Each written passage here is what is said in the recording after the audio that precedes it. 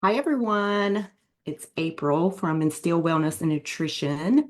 And today we are going to dive into a topic I see in so many of my clients. So I thought this would be a super helpful one, and that is insulin resistance. Now, if you've been eating clean but still gaining weight, if you've been craving carbs like a raccoon in a donut shop, or feeling exhausted, foggy, moody, or just off, then this live is for you today. And if you're thinking, wait, isn't insulin resistance just a diabetes thing? Then hold tight. We're going to connect some serious dots between insulin, hormones, belly fat, energy, and your overall health. Now, first, let's talk about what is insulin resistance. And I'm going to make this super simple. So, insulin's like the key that opens up your cells and lets sugar in to be used as energy. But when you're insulin resistant, then your cells basically kind of change the locks. So your pancreas goes, oh, hey, she didn't hear the doorbell. So then in turn, it sends more insulin to get sugar inside. And over time, that leads to fat storage, especially around the belly, energy crashes, hormonal chaos, brain fog, and yes, weight that just won't budge regardless of what you do. Now, what are some signs and how to know if you're insulin resistant? So, some of the signs that I see often is uh, afternoon energy crash or hanger. So, if you get hangry very often, or in the afternoon, if you get that crash, the energy crash of like, I need an energy drink or I need a nap, that's a clear sign. Sugar cravings, even after meals, is a sign. Belly fat that won't move, even on keto or intermittent fasting. So, say you've taken some aggressive measures and say you went on a keto diet or you're trying to intermittent fast, and still belly fat that won't budge. That's a clear sign. Waking up between 2 and 4 a.m. And then something that you may not know is like if you're noticing new like skin tags or dark velvety patches on your skin. And then of course you have irregular periods or intensified perimenopausal symptoms. And the kicker is you can have totally normal fasting glucose and still be insulin resistant. So, what we really want to look at, like from a lab standpoint, is you want to look at your fasting insulin, you want to look at your HbA1c, so your hemoglobin A1c, your triglycerides, and post meal glucose spikes.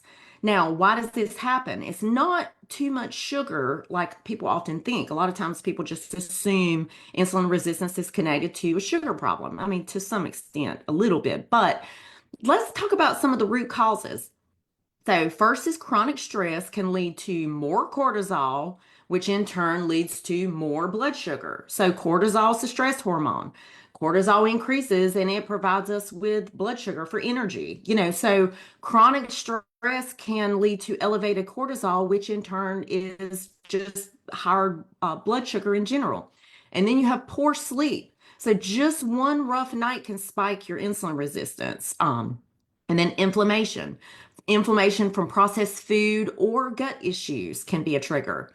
And nutrient deficiencies like magnesium and omega 3s can lead to insulin resistance. And then, of course, hormonal shifts in perimenopause. Estrogen plays a major role in insulin resistance. And then you have toxic burden from plastics, fragrances, pesticides. Basically, we live in a toxic world now. So, looking at the overall toxic burden from your food, your cosmetics, your environment, all those things can play a role. Your body isn't broken, it's just overwhelmed. And while insulin resistance is its way of waving kind of like a little white flag, like a I surrender flag. Now, how can you heal insulin resistance naturally? So let's get to the good stuff. What you can actually start doing today. Now, the number one thing that you should start with, protein is queen. So you want to aim for at least a minimum of 20 to 30 grams per meal. It helps balance blood sugar and also keeps you full. And then the bonus is that it helps preserve lean muscle mass, which is key for insulin sensitivity because we want to be insulin sensitive and not insulin resistant. And then the second thing you can do is walk it out, literally walk it out. A 10 to 15-minute walk after meals helps reduce those glucose spikes. Um, it's like giving your insulin a buddy to carry the sugar inside the cell. And it not only does it help from an insulin standpoint, but it also aids in digestion as well. I tell my husband all the time after dinner, I'm like, are you ready to go on a digestion walk? I call it a digestion walk, but it also helps from an insulin standpoint as well. The third thing that you can do is lift heavyish things. I say heavyish because it's relative to each person. Muscle equals is basically a glucose sponge. So the more you build, the more flexible your metabolism comes. Even just aiming for 2 times a week can make a huge difference. So aim to have some resistance training in or resistance piece in place. And then the fourth thing that you want to do is eat carbs smarter, not necessarily never, just smarter. So you don't need to go no carb, you just need to go smart carb. Always pair your carbs with protein and fat. Never eat naked carbs. So for example, don't do toast and jam. Instead, do like avocado toast with eggs. So you're always pairing protein with the carbs.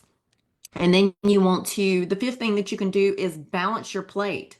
You want to think of like your plate as like a pie chart, and you want to think of half of it is veggies, which is fiber, a fourth is protein, and a fourth is starchy carb plus healthy fat. So this combo helps stabilize energy, mood, and also appetite. So keep your plate balanced. And then the sixth thing that you want to do is sleep like it's your job. So 7 to 9 hours at minimum. You can't out supplement bad sleep. Like you just can't. Wind down at night with magnesium, herbal tea, or light stretching, not TikTok in the bed. So put away the electronics at least an hour before bed and create like a sleep routine. And then the seventh thing is stress less or at least stress smarter. In a perfect world, we wouldn't have stress, but unfortunately, we don't live in a perfect world. So incorporate deep breathing, journaling, time in nature, or even singing in the car. They all count. Cortisol and insulin are besties and they love drama. So we want to kind of keep them separated because if not, there's always going to be drama going on. And then number 8 is some supplements that can help. So I obviously want to give the disclaimer. You want to talk to your practitioner or doctor first, but these are some commonly helpful supplements that if you are insulin resistant. The first one is berberine. That is a natural insulin mimicker. So berberine is the number 1. And then number 2 is magnesium, especially magnesium glycinate or citrate. And then you want to look at omega-3s. And the fourth one would be inositol, especially if PCOS is part of the picture for you. That can make a big, big difference. And then something simple that you might have in your pantry is Ceylon cinnamon or apple cider vinegar before meals can actually help with the glucose response. I'm a cinnamon lover, love cinnamon on all things. And if in a meal, if I can pair cinnamon with anything, I pair it with anything. So that's kind of my little secret hack is I just love cinnamon. So using that can, kind of help prevent that big basically can help with insulin balance.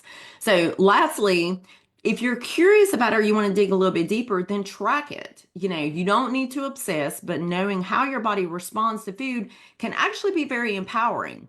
So a continuous glucose monitor or even just a little cheap $30 glucometer that you can pick up from Walgreens or Amazon can teach you a lot.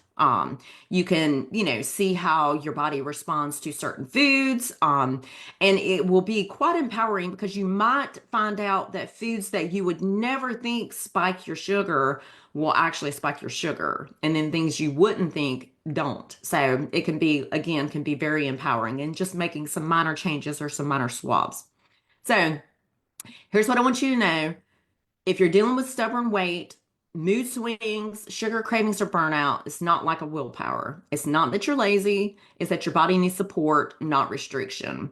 And when we address insulin resistance, we unlock better energy, hormone balance, mental clarity, and fat loss.